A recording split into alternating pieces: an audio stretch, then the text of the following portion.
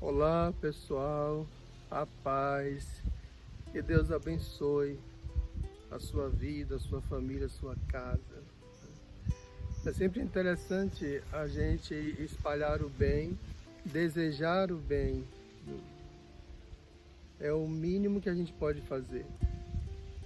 E depois de desejar o bem, a gente fazer concretamente o bem. Aí é a plenitude do Evangelho, o amor em si, o amor realizado. É quando nós saímos das palavras e partimos para a ação.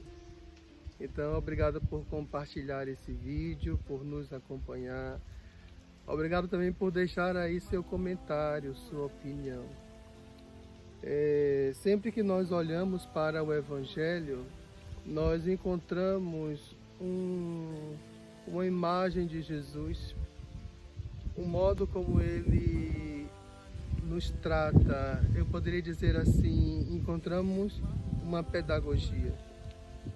Ao mesmo tempo, quando em certas passagens Jesus parece ser assim um pouco duro, mas ao mesmo tempo ele mostra logo em seguida que ele ama. Não seria o amor a realização maior de todo ser humano? Não é isso que no fundo, todo ser humano busca e quer e precisa? É isso que Jesus quer dar para nós. Por isso que hoje, nessa nossa pequena meditação, nós queremos observar que ser cristão não é simplesmente abrir a boca, isso vocês sabem, mas para ser cristão exige condições. Nesse Evangelho, Jesus, em Mateus, esqueci agora o versículo, mas Jesus diz para nós quais são as condições para ser cristão. Os discípulos, eles irão passar por uma crise de fé. Qual foi a crise de fé que os discípulos passaram? A própria paixão de Jesus, sua morte na cruz. Então Jesus, antes que eles passassem por essa crise de fé, Jesus vai fazer com que eles tivessem experiências fantásticas. Por exemplo, quando ele vai com Pedro, Tiago e João para o Monte Tabor, e ali ele se transfigura. Quer dizer, é uma experiência fantástica, mas ele diz: não diga isso para ninguém. Depois, em outro trecho, Jesus permite ser identificado como o Messias. Isso também foi um motivo de muita alegria para o grupo dos apóstolos, ter aquela certeza, porque até então ele ainda não havia permitido. Lembra? Ele calava. Se os demônios fossem falar, eles diziam: não fale. E em outro momento, quando Pedro diz: o Senhor é o Messias, ele disse: é verdade, eu sou o Messias. Isso foi também outra grande alegria. Mas nesse trecho de hoje, é Mateus 16, a partir do versículo 21, nós encontramos uma outra questão. Jesus anuncia agora a sua morte. Jesus agora anuncia que ele tem que ir a Jerusalém e que vão matá-lo. Então, Jesus preparou os discípulos para uma futura crise que eles iriam passar, por uma crise de fé. Então, nesse mesmo texto, Jesus, quando anuncia aquilo que estava nas profecias, mas que a comunidade da época não queria ver aquele Messias como um servo sofredor, também prefigurado no Antigo Testamento, mas queria ver o Messias como rei vencedor, também prefigurado no Antigo Testamento. Porém, esse Messias rei vencedor é o que nós estamos aguardando agora, é o que vem agora na parousia. Então aquela realidade de morte de cruz não será uma realidade benquista pela comunidade. Isso vai desencadear neles uma crise de fé. O apóstolo Pedro, então, fica agoniado, como diz aqui, fica atônito. E ele, diante daquela notícia da morte do mestre, ele não aceita e ele vai repreender Jesus. E Jesus diz que Pedro, naquele momento, está sendo como que uma pedra de tropeço. Claro, Pedro não compreendia. Só depois os apóstolos, a comunidade, vai compreender melhor as coisas de Deus. Jesus disse: você está pensando como homem, como pessoa. Você não está pensando como Deus, porque você não está entendendo que eu vim aqui para fazer a vontade de Deus. Então, essa realidade é muito interessante, porque também nós, se não nos abrirmos à graça do Espírito Santo para compreender as coisas do alto, segundo a vontade de Deus, segundo aquele que escreveu, nós poderemos nos fecharmos na nossa humanidade. E a nossa humanidade é imediatista, a nossa humanidade é medrosa, a nossa humanidade quer facilitar. E isso pode ser causa de tropeço. É interessante essa primeira imagem. Também nós podemos ser causa de tropeço. Quando provocamos escândalos, quantas pessoas perdem a fé por causa de escândalos de lideranças? Também nós podemos ser causa de tropeço. Quando na nossa casa, na nossa família, nós impedimos que a fé seja uma realidade na nossa família. Conheço situações onde a esposa vive bem a fé, mas o esposo não aceita e barra e mesmo enfrenta, se opõe realmente. Então existem várias maneiras de ser causa de tropeço. E isso tudo atrapalha o projeto de Deus, o plano de salvação para todos nós. Então nesse texto também nós vamos encontrar essas condições. Jesus vai dizer, lá pelo versículo 27 e 26, que quem quiser perder a sua vida vai ganhar. Quem perder a sua vida vai ganhar. Quem quiser preservar a sua vida vai perder. Claro, aqui ele não está falando da nossa vida aqui e agora, ele está falando da vida futura, fazendo um jogo de palavras. Quando nós aqui abraçamos a causa do Evangelho, então nós abrimos mão da proposta do mundo. E nós abraçamos a causa do Evangelho por um prêmio futuro. Esse futuro não é o nosso futuro cronológico, né? Esse futuro é um futuro escatológico, é o céu.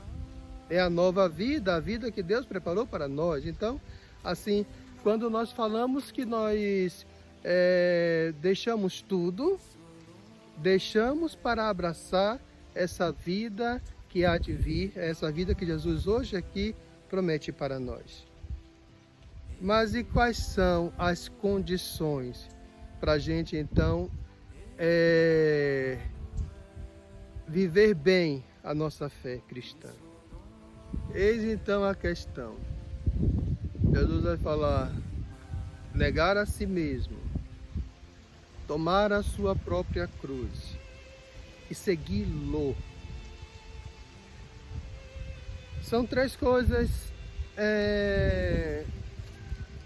interessantes, que é uma tríplice atitude. Três atitudes para se tornar uma única atitude, a atitude da fé cristã, do ser cristão. No primeiro ponto, veja que eu espero não estar forçando muito esse comentário, mas no primeiro ponto, quando ele diz que a primeira coisa a fazer é negar a si mesmo, então eu não posso negar o que eu não conheço, o que eu não enfrento. Eu não posso negar a mim mesmo se eu mesmo não tenho a coragem de me olhar no espelho para me conhecer, para me ver, para então saber o que é que eu tenho que negar quando se fala desse negar a si mesmo. Entenderam? Quer dizer, para que eu possa negar a mim mesmo, primeiro ponto eu tenho que fazer uma reflexão sobre mim mesmo. Quem sou eu? Quem sou eu? Eu preciso me conhecer. Eu não posso negar o que eu não conheço. Eu preciso passar por esse processo de autoconsciência, de autoexame.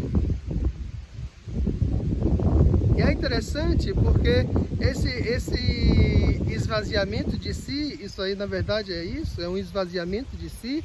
Ele mesmo fez isso primeiro, foi a primeira coisa que Jesus fez ao se encarnar, ao vir para este mundo. Ele negou a ele mesmo, em sentido de renunciar a si mesmo por uma causa. Assim, qual foi a causa? A minha salvação, a sua salvação.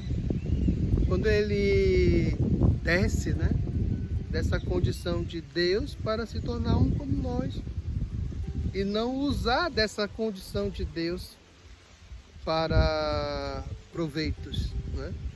Então essa primeira condição do negar a si mesmo implica, em primeiro lugar, num processo de autoconhecimento. Eu tenho que saber o que é que eu tenho que negar.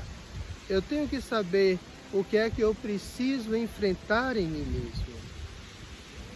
Então, a partir dessa consciência, dessa tomada de consciência, eu vou para o segundo ponto. Eu vou tomar a minha cruz. Tomar a minha cruz. Sim, sim, sim. Significa aquilo que eu concluí sobre mim mesmo. As agruras, os defeitos que eu tenho para vencer, as situações sociais, tudo aquilo que eu preciso enfrentar e que me causa dor, tudo isso formará esse conjunto, essa parte chamada cruz. E essa cruz eu preciso levar até o fim. Eu preciso levar até o fim. Pegando aquele pensamento de São Paulo, que disse: várias vezes eu pedi para que o Senhor tirasse esse espinho da minha carne, e ele disse: basta-te a minha graça. Às vezes nós queremos ser cristãos, mas nós queremos levar uma vida nas nuvens, como se não existisse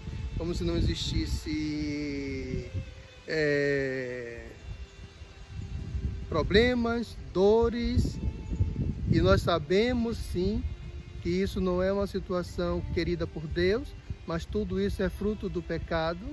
E nós, enquanto estamos aqui neste tempo agora, vamos passando por essa situação. Muitas vezes, isso é até engraçado, porque muitas vezes desejamos um mar de rosas. Eu quero que a minha vida seja um mar de rosas. Às vezes não sabe nem direito pedir. Porque se a vida for um mar de rosas, acabaremos topando nos espinhos que estão no talo da rosa.